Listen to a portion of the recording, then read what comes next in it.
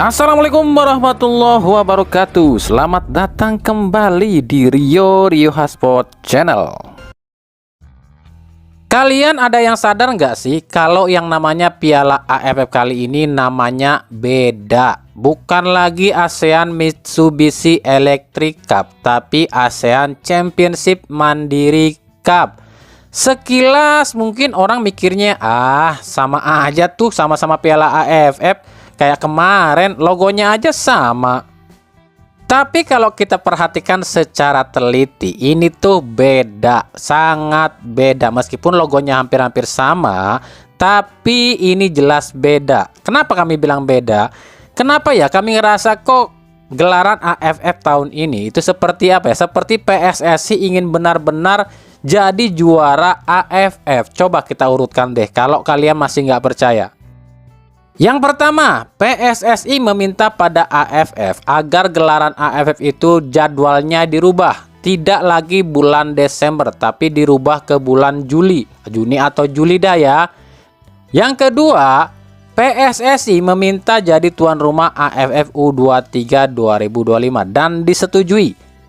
Yang ketiga, PSSI mengajukan diri jadi tuan rumah Piala AFF Senior 2026. Yang keempat, Piala AFF kali ini tuh disponsori oleh Bank Mandiri, salah satu bank terbesar di Indonesia, yang salah satu direkturnya adalah Waketum PSSI Zainuddin Amali. Kan artinya PSSI benar-benar niat nih pengen juara AFF. Jadi seolah-olah PSSI ingin bikin sejarah baru nih, khususnya Erick Thohir kali ya. Bahkan Erick Thohir mungkin ingin banget jadi satu-satunya ketum PSSI yang bisa bikin timnas Indonesia juara AFF Senior untuk pertama kali. Dan kalau rencana ini berhasil dan Indonesia jadi juara AFF, maka fix sudah nggak ada yang bisa menyamai pencapaian Erick Thohir. Sekarang kita urutkan apa sih pencapaian Erick Thohir yang mungkin nggak bisa lagi nih dikejar oleh ketum-ketum yang lain. Yang pertama, Erick Thohir jadi ketum PSSI pertama yang mampu bawa timnas U23 lolos ke semifinal Piala Asia U23 ya. Meskipun kualifikasinya itu masih di bawah asuhan Ibul dulu ya. Yang kedua, Erick Thohir pun jadi ketum PSSI pertama nih yang mampu bawa timnas senior lolos 16 besar Piala Asia. Sebelumnya belum ada loh ketum-ketum yang lain mampu membawa timnas senior ini lolos 16 besar Piala Asia senior. Yang ketiga, Erick Thohir ketum PSSI pertama yang mampu bawa timnas senior lolos round 3 kualifikasi Piala Dunia. Yang keempat, Erick Thohir ketum PSSI pertama yang mampu hadirkan VAR di sepak bola Indonesia.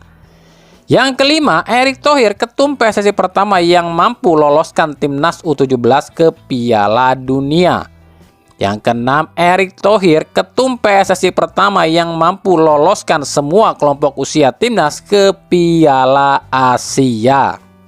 Dari 6 pencapaian ini saja sebenarnya Erick Thohir sudah mengungguli semua ketum PSSI yang ada. Cuma tinggal ada 4 hal yang belum dicapai oleh Erick Thohir. Yang pertama yang belum bisa dicapai oleh Erick Thohir adalah membawa timnas senior lolos Piala Dunia untuk pertama kali. Yang kedua, bawa timnas Indonesia lolos Olimpiade. Yang ketiga, bawa timnas senior juara AFF. Yang keempat, bawa timnas putri Piala Asia bahkan dunia untuk pertama kali. Nah, 4 itu aja yang belum bisa dicapai oleh Erick Thohir. Jika 4 tadi sudah bisa dicapai oleh Erick Thohir, maka nggak akan ada satupun ketum PSSI yang mampu melampaui pencapaian Erick Thohir. Nah, pertanyaannya adalah apa tujuan sebenarnya Erick Thohir? Apakah cuma pengen dikenal atau tercatat sebagai satu-satunya ketum PSSI yang paling sukses sepanjang masa, atau ada tujuan lain nih seperti jadi gubernur mungkin, jadi presiden mungkin, apa ya? Buat kami pribadi, apapun tujuan sebenarnya Erick Thohir, kami nggak peduli. Yang kami pedulikan, mau apapun tujuan Erick Thohir, yang penting timnas kita mandiri, timnas kita maju, timnas kita jadi nomor 1 di Asia Tenggara, minimal Asia Tenggara deh, itu yang kami pikirkan.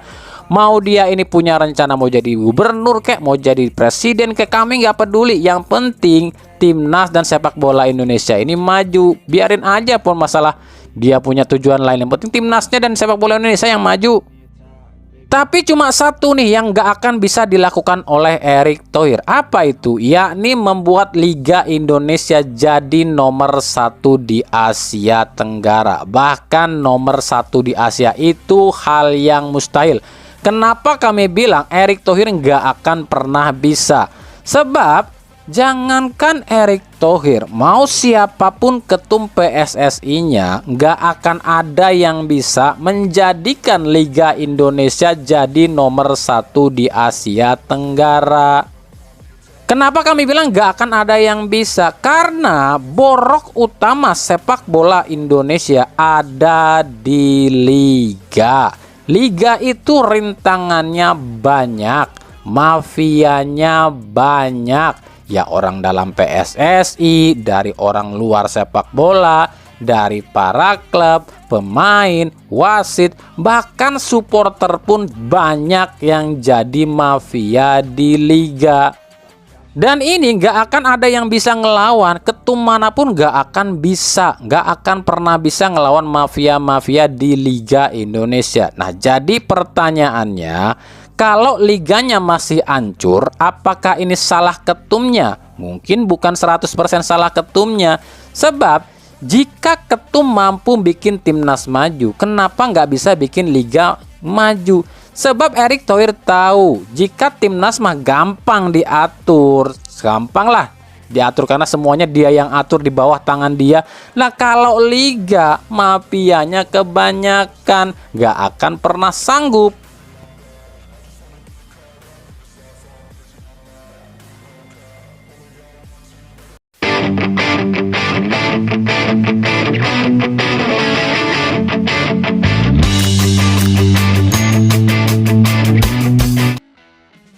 Kita mampir dulu ke Liga 2. Ada yang menggelitik kami di Liga 2, yakni klub Farmel FC. Sekilas mungkin kalian banyak yang belum tahu ya, belum kenal nih klub apa sih Farmel FC ini. Klub ini lahir di Tangerang. Klub ini tuh sebenarnya didanai alias dimiliki oleh Kejaksaan Republik Indonesia. Nah, musim depan tim ini tuh katanya berambisi promosi ke Liga 1. Maka Farmel FC ini mulai berbenah, mulai dari bermarkas satu stadion dengan Dewa United di Banter International Stadium, sampai jor-joran beli pemain-pemain dari Liga 1. Sebut saja ada Marco Simic dari Persija yang kabarnya akan gabung Farmel FC. Ada Liu Jun, ada Ryuji Utomo, ada Ronaldo Kuate, ada juga Taufik Hidayat, sampai Todd Ferre kabarnya akan gabung dengan tim asal Tangerang ini. Pertanyaannya, apakah mampu Farmel FC dengan jor-joran masuk langsung ke Liga 1 musim depan? Sebab kalau kita berkaca musim-musim sebelumnya, ada contoh seperti Bekasi City FC tuh yang musim kemarin jor-joran, tapi tetap juga nggak lolos ke Liga 1. Jadi apa sebenarnya syarat untuk lolos ke Liga 1? Cuma dua syaratnya sebenarnya, yakni koneksi dan uang. Tapi ingat, Farmel FC ini tim pemerintah loh ya, jadi ya bisa diatur.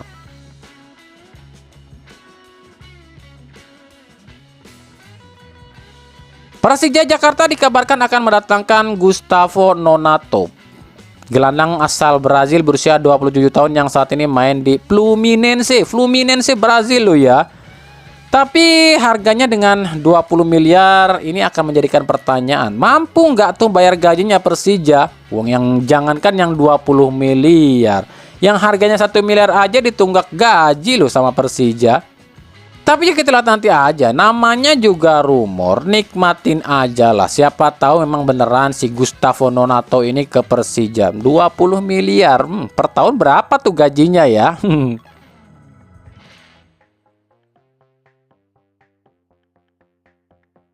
Dari Persis Solo ada nama Telmo Castanheira, gelandang asal Portugal berusia 33 tahun yang saat ini main di Sabah FC. Telmo ini tuh katanya diproyeksikan menggantikan posisi Moussa Sidibe yang resmi hengkang dari Persis Solo. Musim lalu si Telmo Castanheira ini tuh tampil 22 kali. Tanpa gol sih, cuma ciptak 5 assist ya, wajar sebab doi ini gelandang jangkar sob.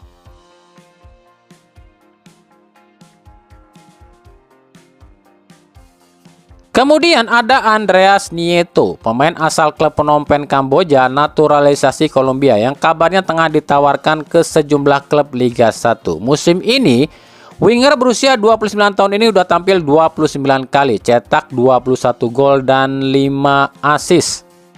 Nah, silakan tebak nih, klub mana yang paling terdepan berpeluang mendapatkan Nieto? Ingat, Nieto ini tuh sempat dirumorkan oleh wartawannya Kamboja akan jadi opsi Persib nih. Kalau Persib nggak bisa ngedapetin Sadil Ramdhani. Nah, apakah Nieto tetap ke Persib?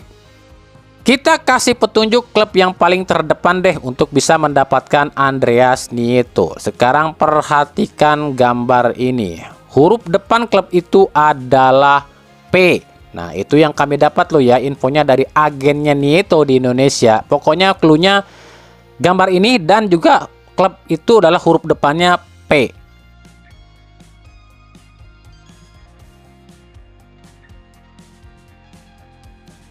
Dari Persib Bandung, seperti yang kami bilang, penampilan apik Kakang Rudianto bersama ASEAN All Star akan membuat sejumlah klub luar negeri tertarik mendapatkan Kakang Rudianto. Nah, sekarang kita intip aja nih, klub mana aja sih yang udah nawar Kakang? Kalau dari Liga 1 itu ada namanya Bayangkara FC, ada Persita Tangerang, Bali United, Arema, dan Dewa United. Kalau klub dari luar Indonesia itu ada Kuala Lumpur FC, Sabah FC, dan Selangor FC di Malaysia.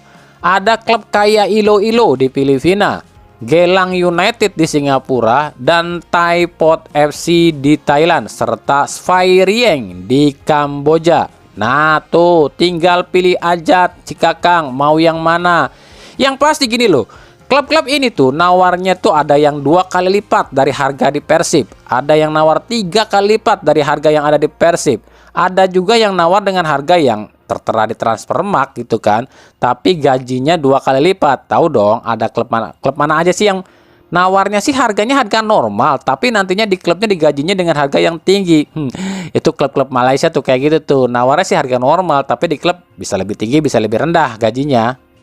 Jadi semuanya sekarang tergantung Kakang Rudianto. Apakah masih mau bertahan di Persib atau masih ingin bermain di Liga 1, ataukah nurut kepada pimpinannya yakni dari pihak kepolisian dan masuk ke Bayangkara FC atau bermain di luar negeri.